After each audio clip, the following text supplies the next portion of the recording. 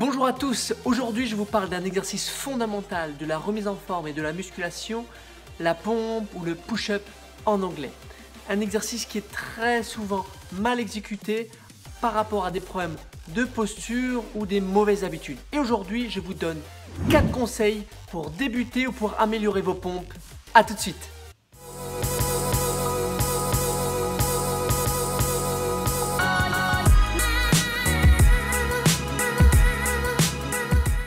La pompe est vraiment un exercice fondamental pour le renforcement du haut du corps et en même temps ça va faire travailler un gainage. Et vraiment c'est la base de beaucoup d'exercices de poussée.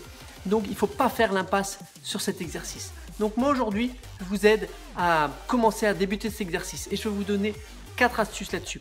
Pour le positionnement des mains, le positionnement des omoplates, le placement des bras et l'alignement de la colonne.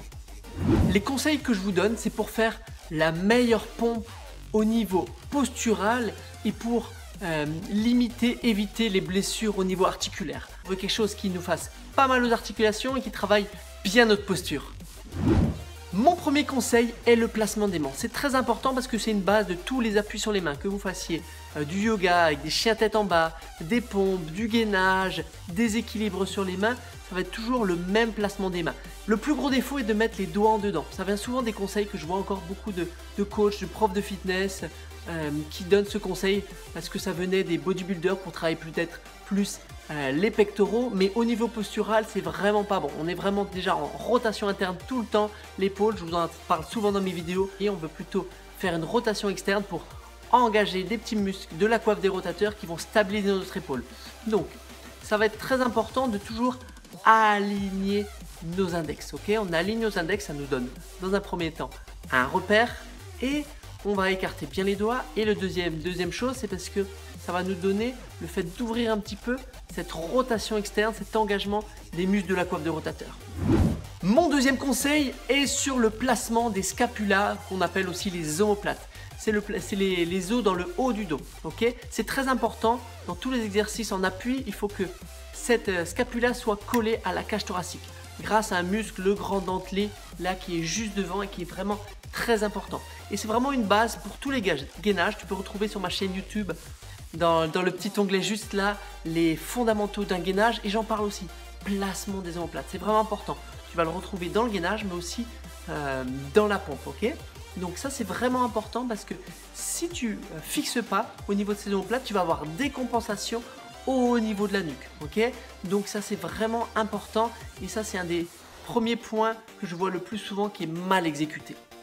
Donc fais ces petits exercices de placement des omoplates ici et d'avoir toujours cette sensation de repousser le sol.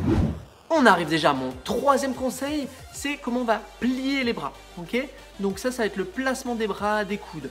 Donc on veut pas, souvent on a le défaut de voir souvent les bras à 90 degrés et ça c'est très mauvais pour vos épaules parce qu'il y a des conflits au niveau des tendons, donc ça peut engendrer des tendinites au niveau de la coiffe des rotateurs ou même du biceps, donc c'est vraiment à proscrire. Donc on veut toujours des angles à 45 degrés, c'est l'idéal, c'est là où on a le plus de force parce que un peu plus serré c'est un petit peu plus difficile, et là à 45 degrés c'est l'idéal pour pas avoir de tension. Un repère intéressant pour placer les bras et les coudes aussi, c'est de toujours essayer d'avancer les épaules en avant, comme si la poitrine voulait descendre entre une ligne imaginaire entre les deux mains ou que les épaules voulaient dépasser le bout des doigts. Même si vous ne pliez pas trop vos bras, toujours avoir cette intention de partir en avant.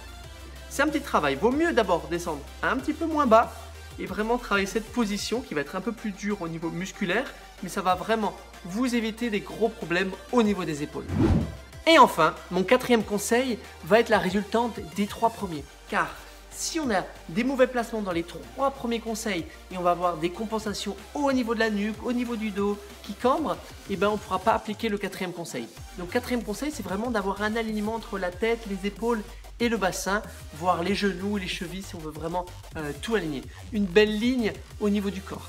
On pense souvent que les pompes, ça va travailler uniquement les pectoraux, les bras, mais il y a un gros travail de gainage au niveau des jambes si tu as les jambes tendues, et surtout au niveau de la posture de la nuque. Si on cherche à s'auto-grandir, il va y avoir un travail au niveau des muscles de la colonne. Donc si tu vas aller un petit peu plus loin, je t'invite à faire ce petit test pour voir si tu es bien aligné au niveau de la colonne.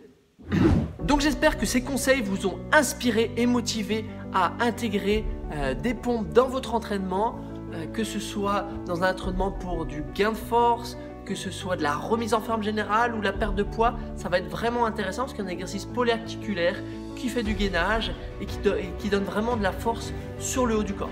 Commencez toujours d'abord sur les genoux. Vaut mieux commencer une pompe plus facile mais bien effectuée sur les genoux qu'une pompe un peu plus dure sur les jambes tendues mais très mal effectuée, okay, avec des compensations.